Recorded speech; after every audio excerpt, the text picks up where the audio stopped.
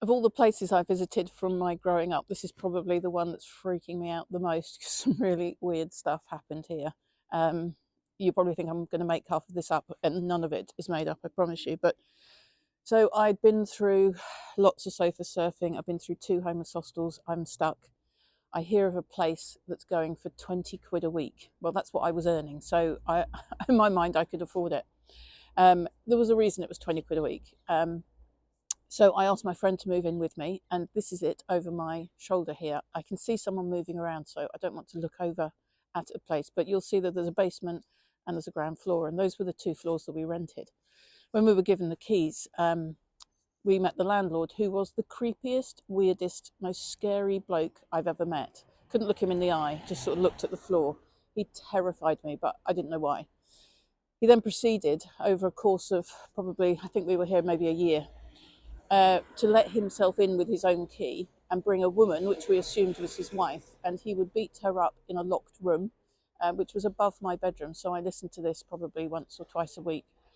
And then he would leave and lock the room up again, and he would just keep letting himself in to abuse this woman. And we didn't know what to do because we knew this whole place was dodgy. We knew he was dodgy, but we had nowhere else to stay. He, on one occasion, came in with a hammer and smashed open the electric meter, because in those days you used to feed money into the meter for your electric. And he stole the money, and we thought this was a good opportunity to get the police involved because we were so scared of him. And the police, he did a runner, and the police said, we've been looking for this guy for ages. He's got about 13 convictions for arson, GBH, and all sorts of other stuff. And we were like, oh my God, we'd been almost sharing a place with this guy. But no wonder he was so scary. In the end, there was parties here. There was some just crazy stuff happened in this place. We even got 4 guys from a band that were playing in Covent Garden to move in with us because we were so scared. There was so much stuff went down in this place, but ultimately it wasn't sustainable, of course, and we ended up taking the landlord to court to stop him coming in with this key to go into the locked room. And the court case kept getting adjourned, and we were terrified he was going to come and kill us.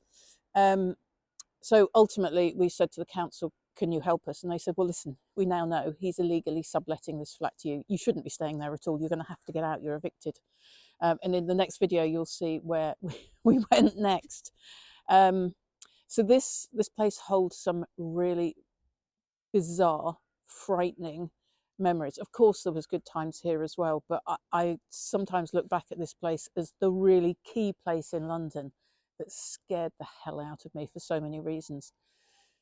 But I suppose in terms of my mental toughness, you know, I'd read the book by Dale Carnegie. I was in my mind, I was sort of kind of setting a foundation for something more. I didn't know what, but I knew that my life was worth more than this. I just didn't know quite what. I went from waitressing in Covent Garden to working in a recording studio in Camden Town. So that was almost the sort of first step of a career, although it didn't last long, but it did take me to other things. So this is a weird one. And I'm stumbling because things keep popping into my mind that I've forgotten, but the little things that you don't need to know about. But anyway, this was a significant place, and I think I must have lived in about 50 places, either sofa surfing, coming and going, renting, and just having very short-lived experiences. Accommodation for me was absolutely impossible because I had no money.